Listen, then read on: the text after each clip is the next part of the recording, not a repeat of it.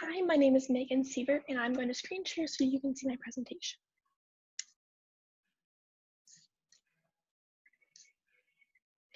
So I decided to do my disease project on the bacteria Campylobacter. What is Campylobacter? Campylobacter is a digestive illness caused by the bacteria Campylobacter. The bacteria is found on raw meat or chicken, improperly pasteurized dairy products, or pet feces. The image on your right shows that Campylobacter is a foodborne illness, kind of like salmonella, and shows the numbers of how common it is because it's the most common foodborne illness. So symptoms of Campylobacter are diarrhea that can be bloody sometimes, fever, nausea, vomiting, and stomach cramps. Since it's a digestive illness, it focuses on illness to the digestive area. Also, it's common in children and people that go outside the country. So some of the factors are Campylobacter is a gram-negative spiral bacteria. So that means that it has a thicker cell wall, which makes it harder to kill. And since it's a spiral bacteria, it has a flagella, which allows it to move. Also, it's non-spore forming prokaryote. Campylobacter has a very low infectious dose, with only 500 organisms being required for symptoms to be present in the host. Also, it has a flagella, like I said, to move and to be chemiotaxis, which allows it to move in response to chemical stimuli. Also, the flagella allows it to attach to the host and across its genetic material to the host. Once it's adhered to the host, the bacteria is taken up by the cytoplasmic vacuole. Since its S shape allows it to be a lot more productive at its functions than if it was a circular bacteria.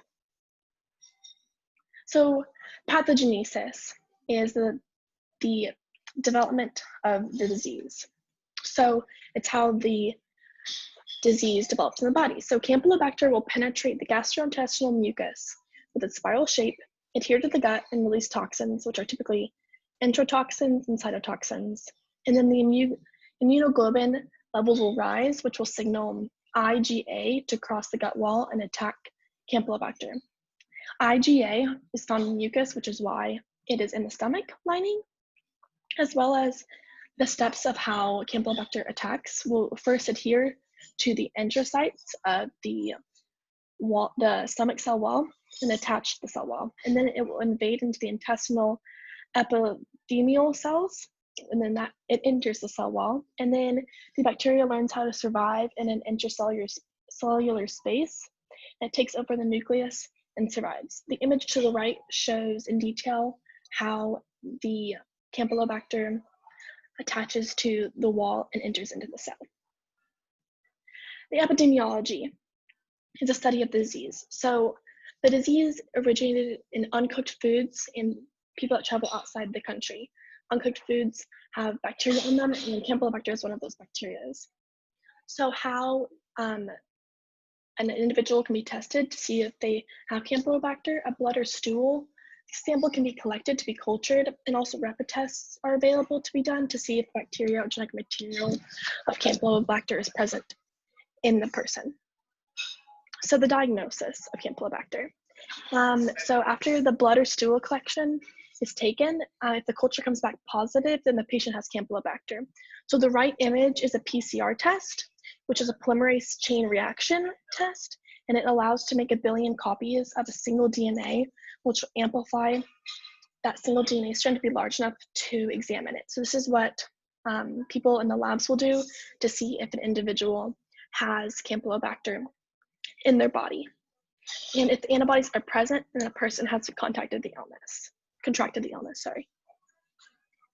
Treatment and prevention. So treatment is if a person has it, just drink lots of fluids and just try to flush it out and eat light foods, as well as a patient at risk needing antibodies. So if an elderly patient or a person with a lower immune system may need antibodies, but a healthcare provider will do tests to make sure they get the correct antibiotic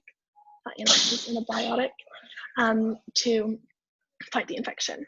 Also, to prevent it, wash hands while cooking with raw meats, change out knives and cutting boards with raw meat. Also, when you're changing diapers, make sure to wash your hands and using the toilet. Also, make sure to cook food thoroughly so there is no raw food. And here are my references. Thank you.